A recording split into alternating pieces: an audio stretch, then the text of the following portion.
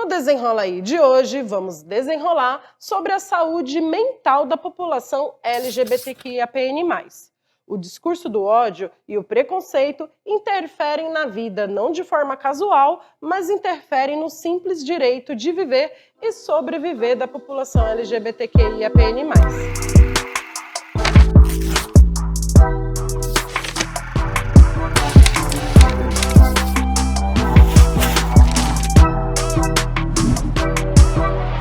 Ser discriminada, humilhada, xingada, desvalorizada e invisibilizada causam impactos negativos na saúde mental de qualquer pessoa. Mas esse tipo de situação ocorre principalmente com pessoas LGBTs, que sofrem diariamente com a LGBTfobia, podendo provocar sérias consequências. Isso ocorre não pelo fato delas não aceitarem quem elas são, mas sim por causa de uma sociedade injusta que pratica todas as formas de violência, desde física a psicológica, contra essas pessoas. E nosso convidado de hoje para desenrolar sobre esse assunto é Elvis Justino de Souza, morador do Buraco do Sapo, periferia da Zona Sul de São Paulo.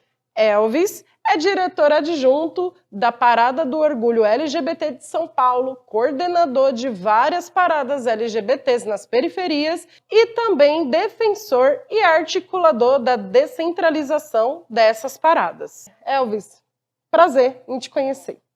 Prazer, viu? Eu agradeço pelo convite, né? Fiquei lisonjeado pelo convite. Na verdade, essa é a segunda vez que eu participo, né, de um programa assim, né? Geralmente é mais entrevistas impressas, escritas, né? Então, raramente eu também gosto de aparecer nas câmeras. Eu também sou muito mais de fazer nos bastidores do que aparecer em câmeras, né? Mas você tá calmo? Tô calmo. Ah, então isso que importa. Elvis, como que é essa população, como que você acredita que essa população pode pensar a respeito de cuidar, de conseguir realmente cuidar dessa saúde mental com todas essas violências sofridas? Então, é bem complexo essa pergunta, né? Porque quando nós estamos falando de uma população LGBT, ela é totalmente diferente das outras populações, né? E aí por quê? Porque ela sempre é a mais vulnerável entre os vulneráveis, né? Sempre tem aquela hierarquia de opressão, né? Então, entre aqueles que estão sendo oprimidos, sempre tem aquele que vai ser mais oprimido ainda por aquele que está sendo oprimido, né? E aí, no caso, sempre vai sobrar para as manas que são LGBTs, pretas e se for trans, principalmente, ou tiver trejeitos de parecido com o feminino, né? Quanto mais próximo do feminino, mais opressão você vai sofrer. Isso. E quanto mais escura for a pele, pior ainda vai ser a situação. Né? Pior ainda vai ser a situação. Então tem isso nesse meio, né? Então aí quando você pega essas coisas, né? Quando você nasce dentro de uma casa, de uma família de pessoas negras, você vai aprender que você vai sofrer racismo na escola, você vai aprender que você vai sofrer racismo no trabalho, racismo na sociedade, você vai voltar para casa e você vai ter seus pais, seu irmão, sua família, seus vizinhos vão te abraçar, vão te acolher e vão falar, calma, nós estamos com você e vamos combater isso. Quando você é indígena, é a mesma coisa, né? Quando você é mulher, em alguns casos, você também tem essa proteção por parte da família em alguns casos, né? Não vou dizer todos, porque a gente sabemos como é, não vamos poder generalizar, né? Mas quando é no caso do LGBT, você primeiro já é aquele castigo para você se assumir. Então você já tem uma culpa dentro de você próprio para você se assumir, até você compreender o que você é e que não tem nada de errado em você ser LGBT, já é um Marte que você passa. Aí depois, para você falar com a sua família, e aí você vai sofrer uma violência da sua família. Na escola você é expulso, você não é bem-vindo. No trabalho você também não é bem-vindo, e quando é bem-vindo é quando você fica escondido. Porque se você for uma pessoa que está aparecendo, você também não é muito bem aceito pela sociedade. Então, em vários espaços, a gente já sofremos não só violência física, como a violência de exclusão, de expulsão desses espaços. Então, a pessoa LGBT ela já vem crescendo desde pequenininha com traumas dentro de si. Primeiro para se aceitar, depois é uma luta contra a sua própria família, né, que deveria te proteger, que essa é a função da família, e ao invés disso ela expulsa, ela agride, ela violenta essa criança, esse adolescente. E aí a escola, que deveria ser um lugar mais acolhedor, é um inferno na vida do LGBT. Aí vai para o trabalho. Alguns ainda conseguem se superar dentro do trabalho, escondendo quem realmente é, e alguns outros já não conseguem. E aí começa o inferno de novo, né, dentro do trabalho. Então a gente precisa falar sobre essa saúde mental, por esses vários tipos de questões, fora abusos também. E aí quando se procura uma resposta na parte psicológica, aí muitas vezes você sofre violência até do próprio psicólogo, né? Porque tem aqueles psicólogos que são defensores da corrente da cura gay, infelizmente no Brasil, né, que se utilizam inclusive de casas terapêuticas, né, que deveria ser para ajudar pessoas com problemas, né, problemas químicos e de álcool, deveria ser uma ajuda para essas pessoas, e não, acaba sendo um lugar de tortura, como já resgatamos muitas pessoas, acaba sendo um lugar de tortura, aonde vai se ir lá para falar para o cara que ele não tem que ser gay, que ele não tem que ser travesti, vários tipos de violência, como tortura, cárcere privado e vários outros tipos de coisa que acontecem dentro dessas casas, né, terapêuticas, e principalmente quanto mais longe da cidade, mais eles pegam esse tipo de galera para torturar, sabe? Então, é muito complicado essa questão de saúde mental. Ou seja, nessa questão, então, de como cuidar da saúde mental ainda é um tabu, é uma coisa, é um movimento assim, muito distante ainda para a população LGBT? Totalmente distante para a população LGBT. E Elvis, ainda pensando nessa questão do fortalecimento da saúde mental, você trouxe, né, que não tem vários tabus aí, várias situações quando se pensa na saúde mental da população LGBT, mas você acredita que histórias inspiradoras de outras pessoas LGBTQIAPN+, é um caminho de fortalecimento para a saúde mental? É difícil se ter uma política pública de fato que alcance a quebrada, né? Porque os políticos nunca vão de fato pensar em nós da quebrada, né? Então isso realmente é complexo. Mas aí quando você olha histórias de superação dentro da quebrada, né?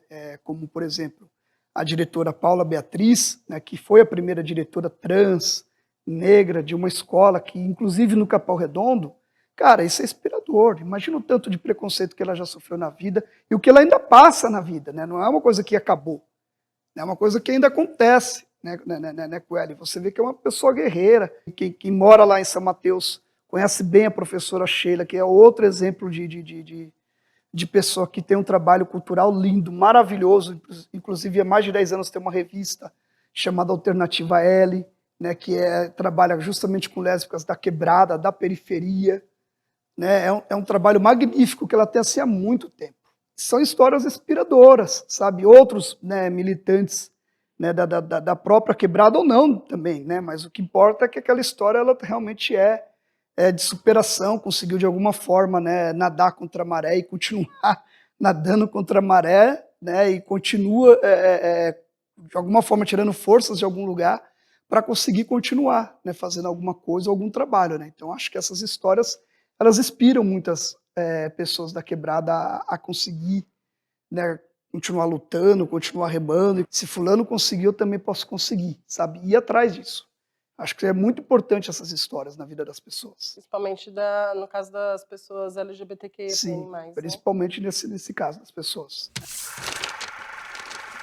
No derradeiro momento do tempo, que o cara se abala na cena do louco, nem vacilou, tomou pipoco. A vida é assim, bandido é ruim, estou sossegado. Olhem pra mim recuperado. Não posso dar milho, senão o sistema me tem enjaulado. Minha carreira não está esticada no prato, nem quero ser um craque da lata, nem apreciador de bebida importada. Cigarro não fumo porque mata. Não seja freguês da balada. Tropeço pra mim quem deu mancada. Siga sem deixar falhas. Comédia não tem o dom, tem a manha. Messias falou, mas não apontou. Quem se apresentou foi Judas traidor. Se ligou que falhou e se enforcou. Tem boy que adota cachorro, mas se esquece que tem crianças roendo osso, jovens e adultos revirando lixo. Na vida diversos fatos, muitos acontecimentos, vários caras revoltados e presos. Revoltados e presos.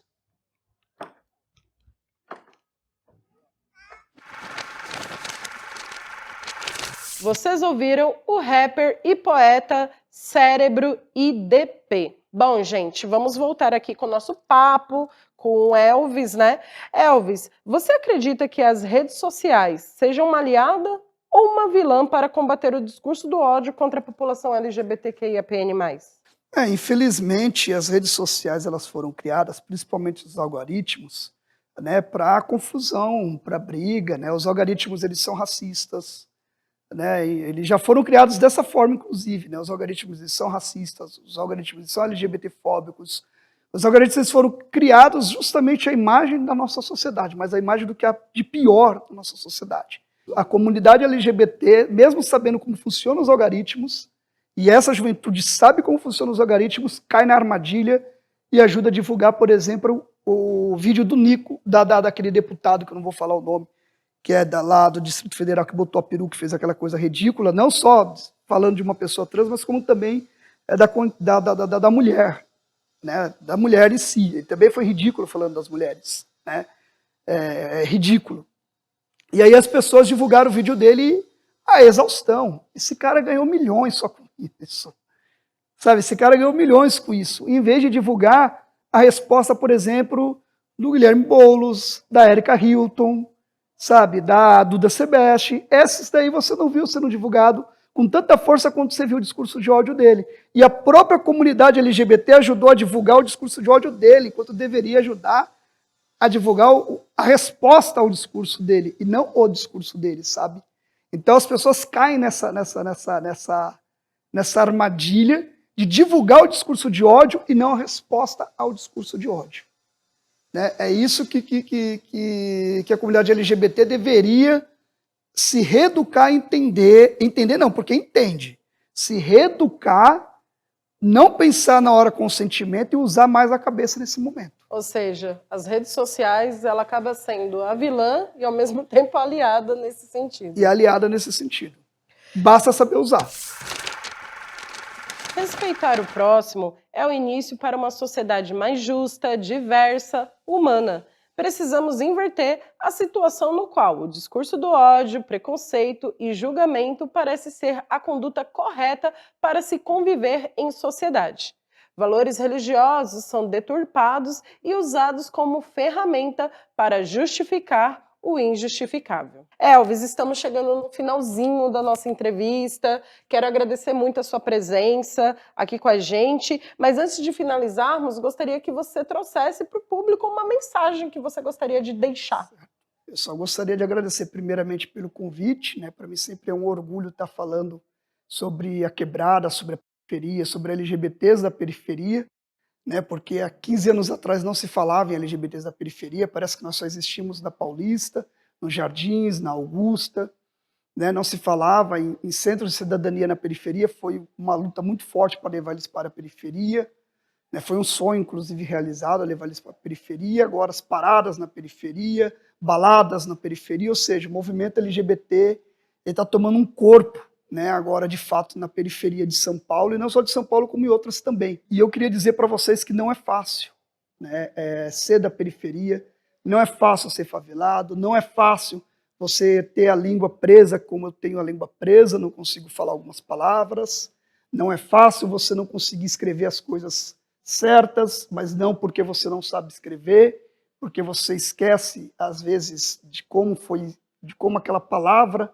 ela é escrita, então eu tenho também esse problema de perca de memória recente, mas eu gostaria de falar para muita gente, né, que nesse momento que está aí triste, chateada, desanimada, né, desamparada, que você não está sozinho. Né? Apesar de todas essas coisas, apesar de todo o preconceito, apesar de muita gente falando que você não deve ser um LGBT, que você não tem que ser, que isso é errado, que isso é pecado, que isso não tem que existir, não tem que aceitar isso. Você não está sozinho nessa luta. Tem muita gente bacana aí, tem muita gente lutando junto com você, né? E tem muita força do bem. Se estiver passando por qualquer coisa, procure a gente nas redes sociais. Sabe? Me procura lá que eu vou. Eu demoro a responder porque é muita gente que procura, mas eu sempre respondo todo mundo. Né? A gente sempre tem que dar esse suporte para as pessoas e dizer isso, que realmente você não está sozinho. Tem muita gente com você. Elvis, muito obrigada, muita luz para você, muito progresso no seu trabalho que você desenvolve na Quebrada, muita satisfação mesmo por ter você aqui com a gente. E, gente, vocês também podem seguir o Elvis no Instagram. E não se esqueçam de seguir a gente, Desenrola _, e se inscrevam em nosso canal do YouTube. Um salve, quero deixar um salve também para todos, todas e todes por estarem com a gente mais uma vez. O Desenrola Aí é um programa quinzenal, tendo como realização o Desenrola e Não Me Enrola e a Fluxo Imagens. Até o próximo episódio, um cheiro e axé!